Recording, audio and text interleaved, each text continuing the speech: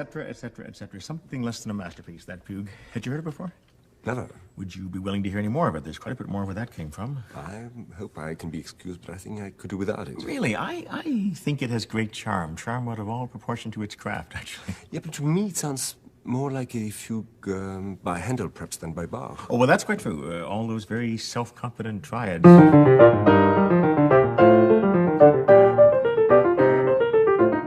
Supporting very insecure sequences. That is quite Handelian, you're quite right. But that's Bach, you know. In the early years, when he caught on to a phrase that he really liked, he just kept devaluating the currency, using it again and again as a sequence. He just coined it and couldn't stop. I mean...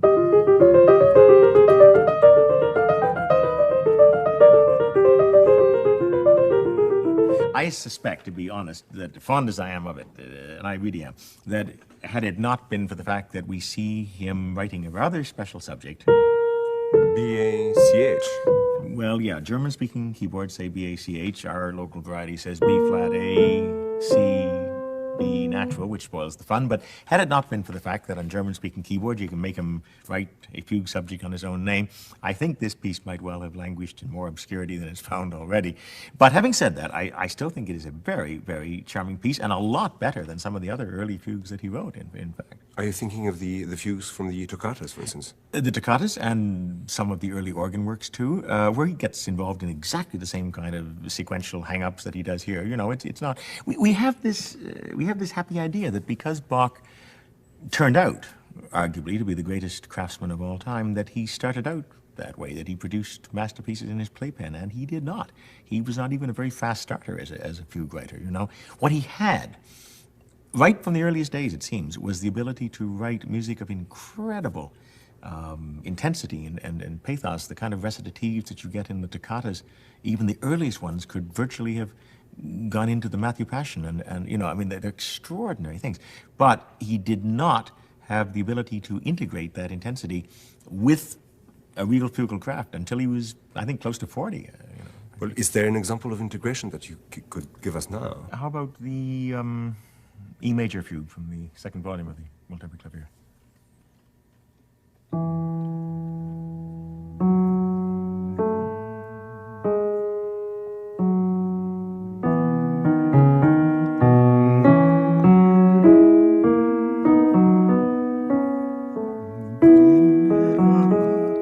You know, it isn't exactly the world's most original thought, but what a choral piece this would have made. Absolutely. Every line seems to be conceived vocally. Yeah.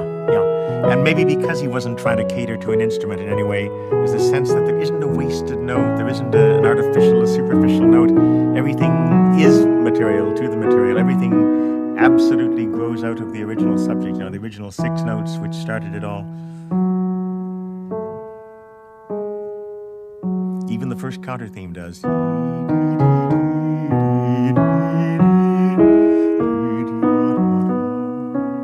Because that counter theme is just a transposition of the subject to with a little bit of ornamentation. And then after he gets through the exposition, what I just played, the exposition where every voice has its say once, he starts into the first of those wonderfully compact, convoluted, in the best sense of the word, stretto overlaps.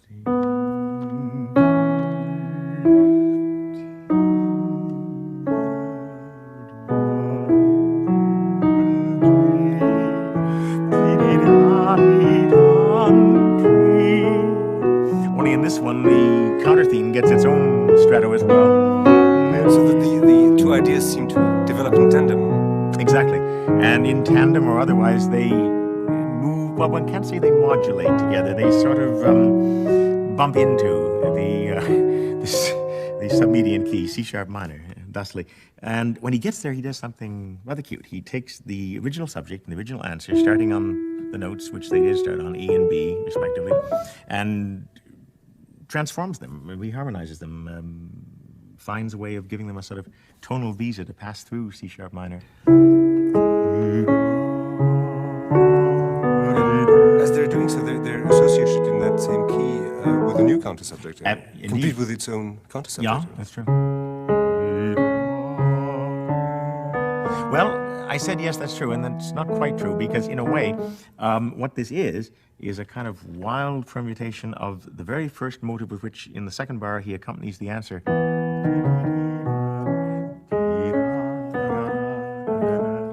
So far-fetched as it may seem, even that doesn't go to waste entirely.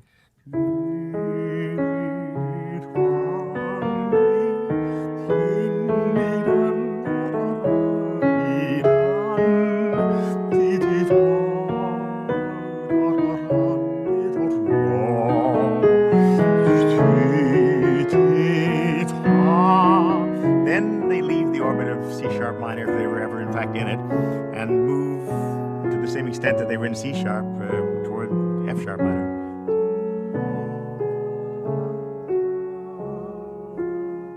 In which key he does something very nice. He takes the theme, deprives it of the one expressive interval it has, the minor third, and fills it in as one would sing it in a scale.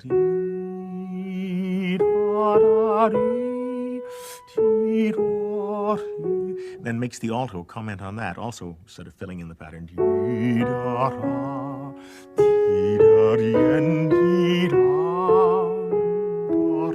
Except that in the alto, he starts to play around with the modes and goes up one way, and comes back down another. Then he adds a new counter theme in the bass, also based on the original idea of and also expanding it to the interval of a fifth. And then puts that into a canon in the tenor, just in case anybody's missed the point.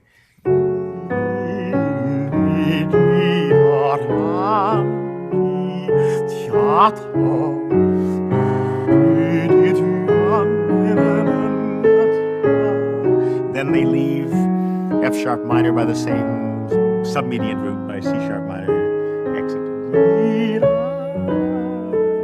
Then you get another one of those glorious stretto occasions, as in the second sentence of the piece. Then he does something very, very interesting. After that stretto, for the first time, he introduces 6 diatonic notes in a row, which doesn't seem like doing anything very special.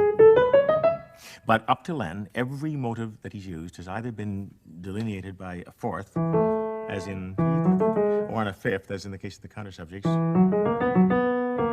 He suddenly adds 6 notes successively.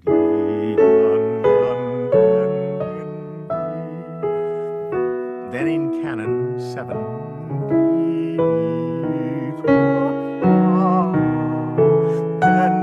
as though to sort of celebrate the ending, which seems to be close by. Except it isn't that close. He's going to back off once more, and he backs into the submedian key, which he hasn't visited before, G sharp minor.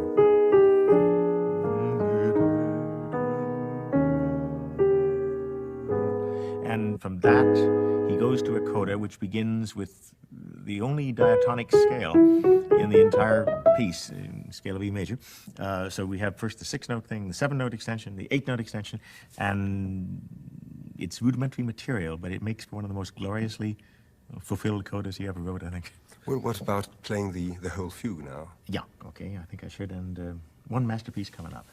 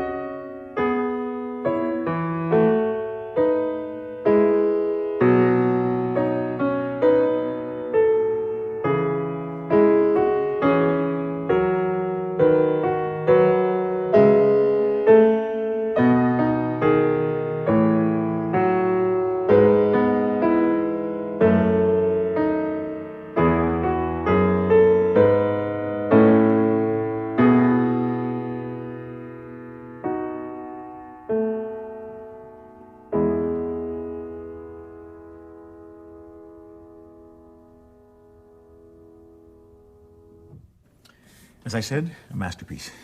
Yeah, for the moment at least, it's for me my favorite in all music. Oh, I know that feeling. I often wondered if it mightn't have been Ronald Schoenberg's favorite piece, you know. It exemplifies everything that he believed in. He had that theory that he called developing variation, where every note and every bar and every phrase and every sentence and every paragraph had to be seen to belong to that organism and to no other. And I can't think of any piece that exemplifies that in the way that this does. Yeah? I agree, but don't you think that E major fugue is a very special case? It is a vocal composition. I mean, like a vocal composition, as certainly. you say. It's a 16th century Richard Carle with a key signature. It has that very disciplined, very severe, very Renaissance-like attitude toward counterpoint. You know? Yeah, but there are many great fugues which don't subscribe to those particular disciplines so rigidly, which do grow out of an instrumental approach. Oh, sure. That doesn't make them less worthy as Oh, no, compositions. of course not. Well, for example, the first three-part invention, the first Sinfonia, you know. Now, that's based on a subject that you would not be likely to sing. I guess you could. Well, no, you couldn't. Not very easily. And it could only be an instrumental approach, but I certainly wouldn't say it's any the less worthy for that reason.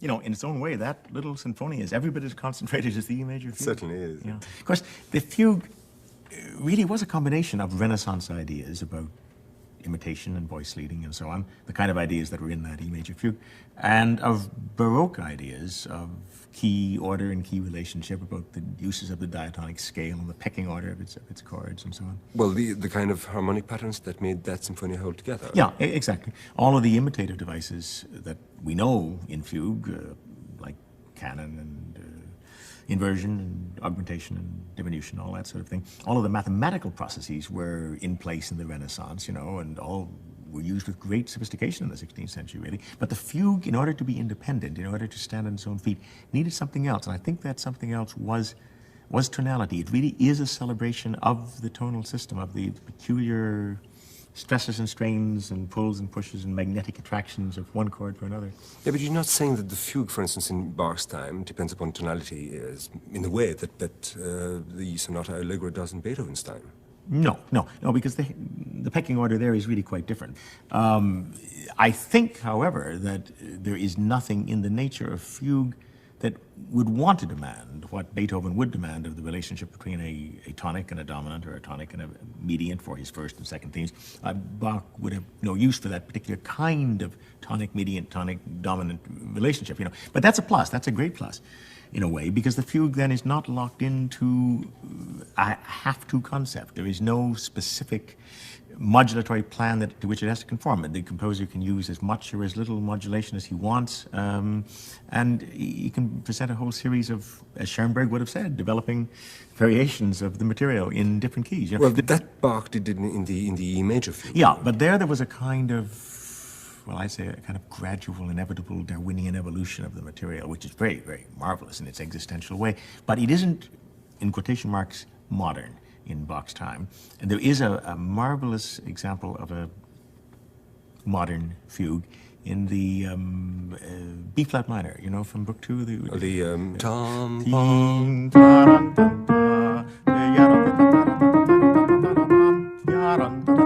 you know, that piece is of a totally different order than the E major. The theme appears as we sung it, more or less. And then at the end of the exposition, in canon for the first time,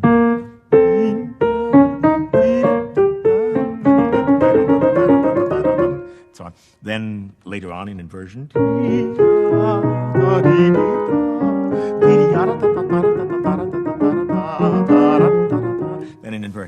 and so on. And every time he changes the process, every time he looks at it from a different angle, he positions it in a different key to show that angle, even though the first statements of those processes may very well be the tonic.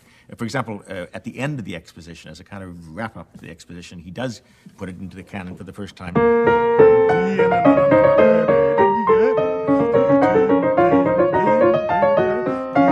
Then he modulates very subtly, modulates to the mediant and produces this absolutely enchanted version in canon.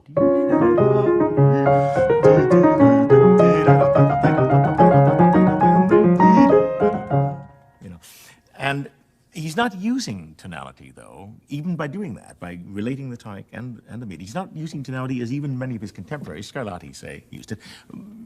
To use a fashionable word, Bach was not a minimalist. You know, he wasn't concerned about staying put in one key, but the dramatic effects of doing that. He wasn't concerned about trying to balance so many minutes of key X with so many minutes of key Y for the second theme or whatever. He's really not terribly concerned ever about exploiting the whole process of time itself as a compositional element in the way that later composers, the classical composers particularly, were. I mean, when Bach juxtaposes a tonic and a mediant, as he did there, it's a totally different kind of juxtaposition of keys than this tonic.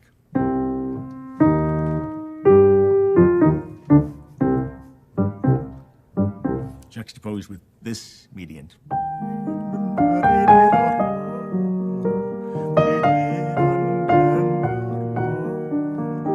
You know, Bach, unlike Beethoven, uses all those keys as you might use stops on an organ. They give him ideas, they give him colors, they give him registrations for the incredible, incredible motivic workings out that are taking place in this rather incredible fugue.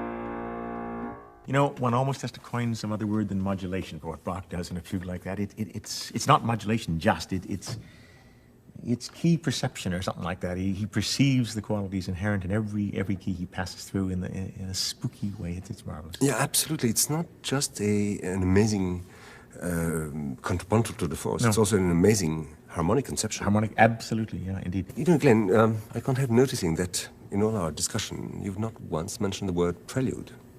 The word prelude, you say? Well, no, it's a splendid word. How many times would you like me to mention it? Well, if you're talking about the well-tempered clavier, what about just as many times as the word fugue?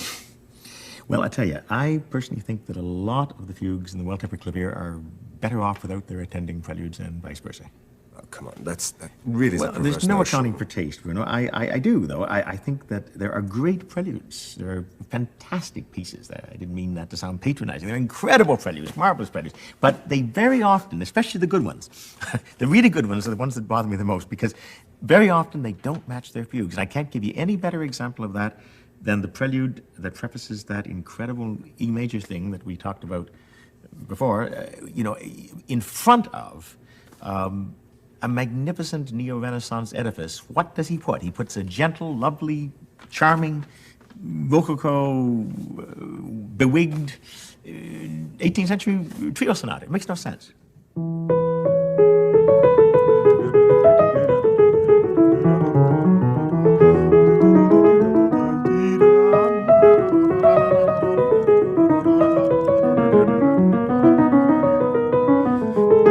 It's a wonderful piece, but I can't see for the life of me what it's got to do with that incredible fugue. It's as if the two movements are 100 years apart, technically, and emotionally as if they just belong to a different world altogether, a different way of looking at the world altogether. Yeah, but are there no preludes and fugues that, in your view, do add up to something more than the sum of their parts? Well, I don't know about more than the sum of their parts. I think there are some that seem to have sprung spontaneously from the same creative impulse, a few, yeah. I think you owe us at least one of those. At least one. Well, I think I would vote for the A major from Book 2 of the Well-Tempered Clavier. I think that one really is all of the piece, all of a very gentle, lyrical, quietly optimistic, utterly charming piece.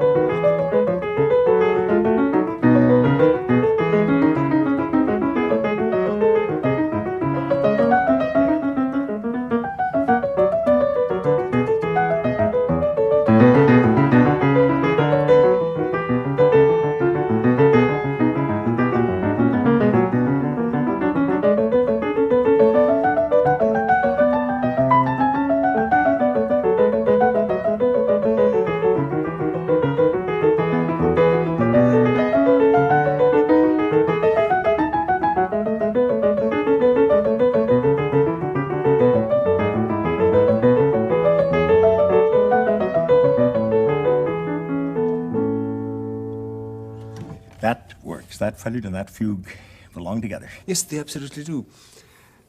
Glenn, what is it that gave the fugue such a major role in Bach's creative life? And what is it with that matter that keeps it going, or kept it going, to the point that one gets polytonal fugues, atonal fugues, 12-tone fugues, and even fugues at the end of symphonies for most romantic composers? Sure. Great choruses. I mean, what is it that accounts for that continuing fascination for the fugue?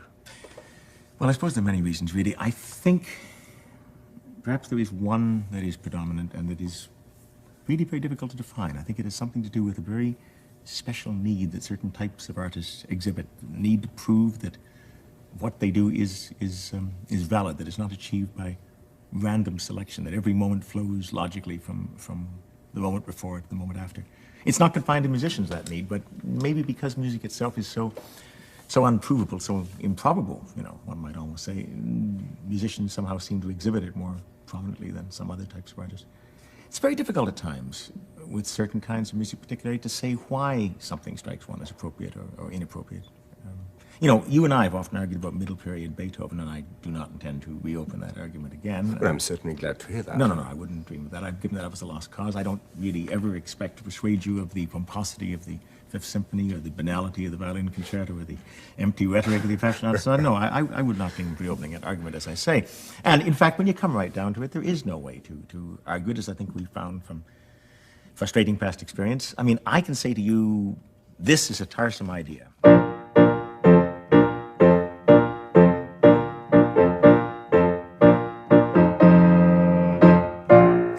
I would say to you right away, I mean, in the context, this is a marvelous idea. In the context, you see, you would have to say that. I'm sure you would. But notwithstanding our argument, Beethoven, as we all know, had a very special temperament. Because in those middle years, when he wrote that junk, he had absolute confidence that what he did was valid, just because he did it.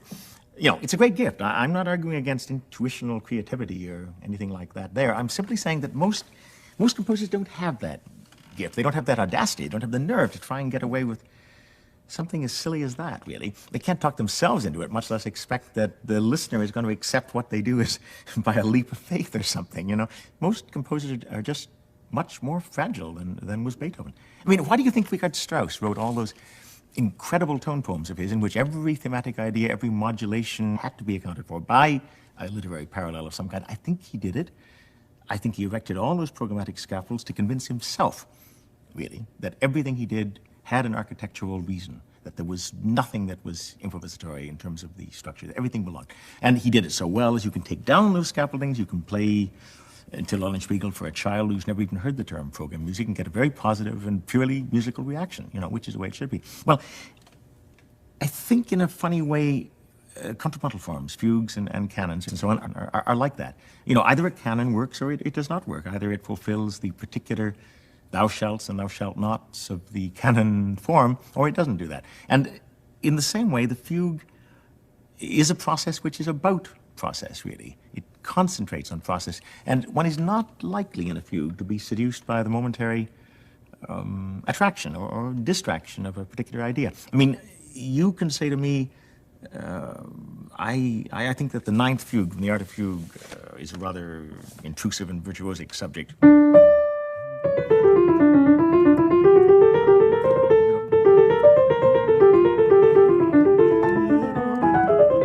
And if you did say that, I really wouldn't disagree with you, to tell you the truth. But I would say to you, well, no matter, it works. It works as a subject in its own exposition, and it works as a counter theme. It mates perfectly well with the main theme of the Art of Fugue.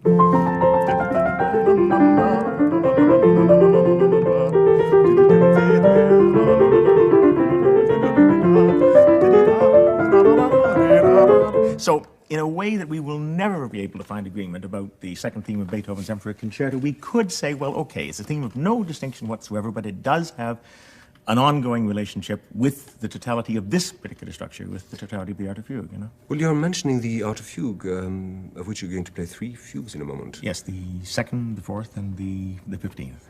Do you share the general view that this is the culmination of all Bach's fugue writing? Yes, I do, but not specifically because of its scope and scale and technical wizardry and all that sort of thing. Not just because one theme generates 15 fugues and 4 canons, amazing as that is. There are moments in the art of fugue that are much more valuable than its virtuosity, I think. Moments that, for me, absolutely surpass everything else that Bach wrote. I really can't think of any music that moved me more deeply than that last fugue, you know. The unfinished The one. unfinished fugue, and not just because of all the emotional associations that we inevitably bring to it, not just because we know that he died, leaving it incomplete, leaving it literally in the middle of a bar, already enormously long as it was. It really is because that final fugue has a sense of peace, a devotional quality that I think even for Bach is really overwhelming. The interesting thing about that final fugue, and to some extent about all of the art of fugue, is that in it he literally turns his back on every tendency abroad in the musical world of his time.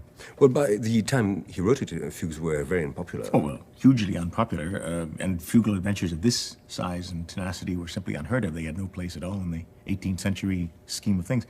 Fugues were out and minuets were in, I guess. But more than that, Bach actually, I think, quite deliberately changes his harmonic style in this work. There is nothing in the art of fugue remotely like the clear-cut modulations of that B-flat minor fugue, for example, or the E major fugue that we talked about a few moments ago, or almost any of the earlier fugues, really. Instead, he reaches back at least 100 years and borrows a type of counterpoint and a concept of key association from the North German and the Flemish composers of the early Baroque, this kind of texture.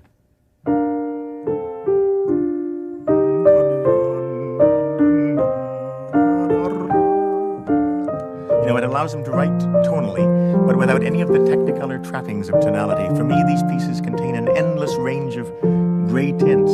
I mean that as a compliment, because I love gray. Schweitzer, as a matter of fact, had some marvelous things to say. He said it was a still and serious world, deserted and rigid, and without color, and without light, and without motion, and so on. He was talking about the first fugue, I think, specifically, but that pretty well sums up my feeling about the last one, too, I must say. But the other side of the coin is that Bach introduces into the art of fugue a degree of chromaticism that in many respects reaches out, I think, at least until the time of Wagner, at least for 100 years beyond his own time. There's nothing remotely like it in between, really. And it's very similar to Wagnerian and post-Wagnerian chromaticism in that it constantly reaches farther and farther and farther. It never modulates in the conventional sense. It never comes to rest in any one key, you know, but it leaves this extraordinary impression of an infinitely expanding universe.